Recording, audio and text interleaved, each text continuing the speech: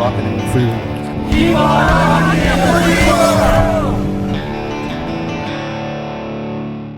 Welcome to my life. I've been driving in this traffic my whole life.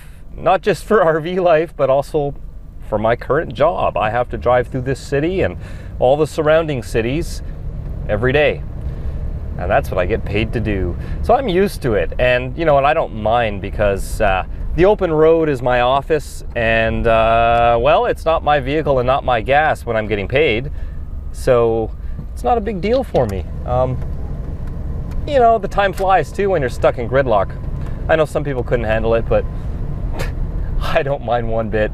You wouldn't want to do this in a giant Winnebago now, would you? Drive through here every day? I drive my van like it's a Honda Civic, like it's a commuter car. I drive it everywhere and anywhere. I drive it to 7-Eleven to grab some milk in the middle of the night. I drive it through drive-thrus to get my coffee.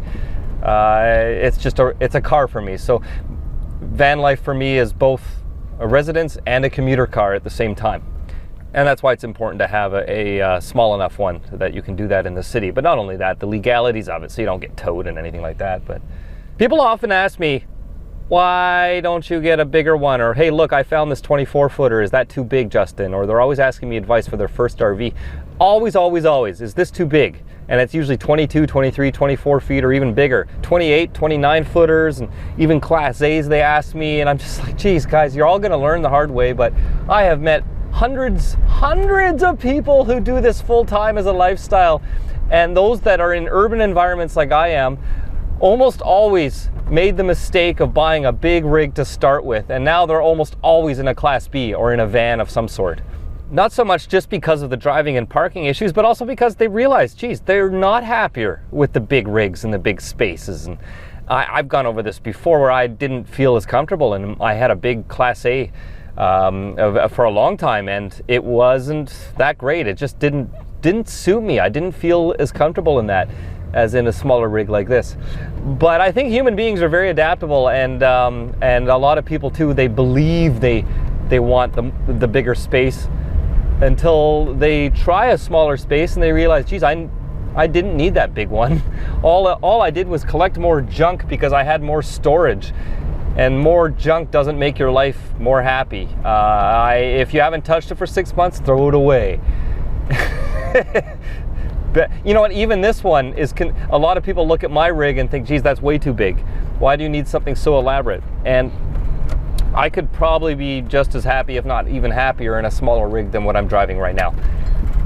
And so many people have proven this over and over, that they embrace a minimalist lifestyle, toss away all the crap they don't need, and realize you don't need 3 pots and 3 pans. You need 1 pot and 1 pan. You don't need 5 dishes and 10 pairs of shoes and 4 beds and all this stuff. All you need is 1 of everything. And if there's 2 of you living in the van, 2 of everything at the most.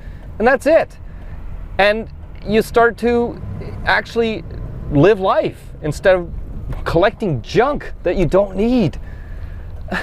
It's unbelievable. I see people in larger rigs, and all they are is big rolling storage rooms. They're just storage lockers on wheels for all sorts of crap they almost never touch. But in reality, when you're actually, air quotes here, living, all you're doing is sitting on a seat or laying on a bed, watching TV or cooking some food.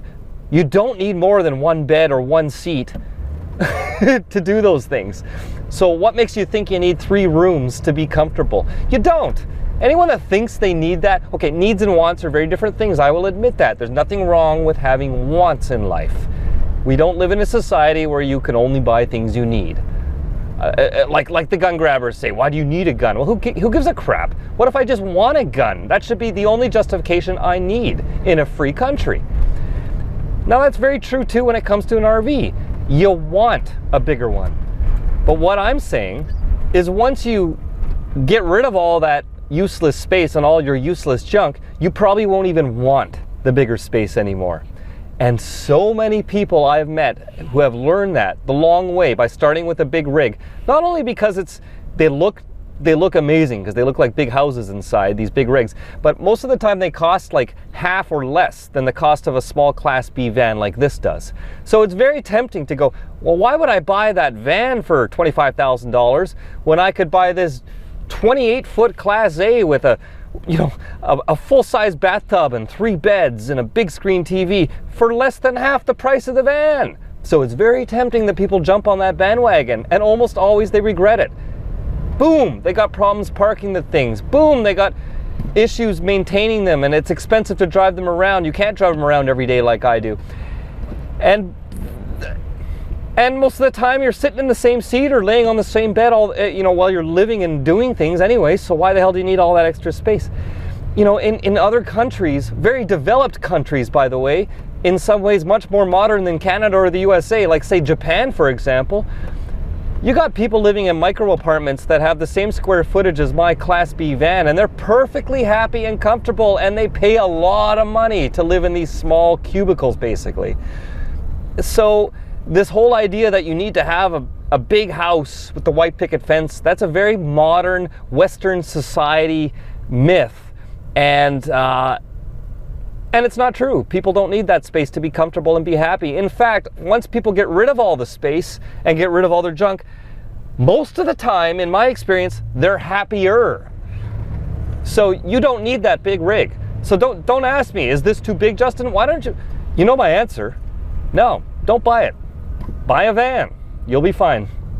In fact, you're going to end up buying a van anyways. In a couple of years, you're going to come back and say, oh, look, you were right, Justin. You wouldn't believe how many people have said that to me. That they started off with a big rig, and then they got frustrated, they ended up selling it, and they ended up buying a van. It happens all the time. So there you go. I'm just incredible. That's my opinion. I live in a 21-foot van because it's f***ing rad, and it's all I need, and in fact, it's all I want. Keep on rocking in the free world. You're watching Just Incredible TV. Want to see more? Become a patron and see exclusive content. Plus, see new, just incredible videos before anyone on YouTube. Head over to patreon.com/JCredTV and keep on rocking in the free world.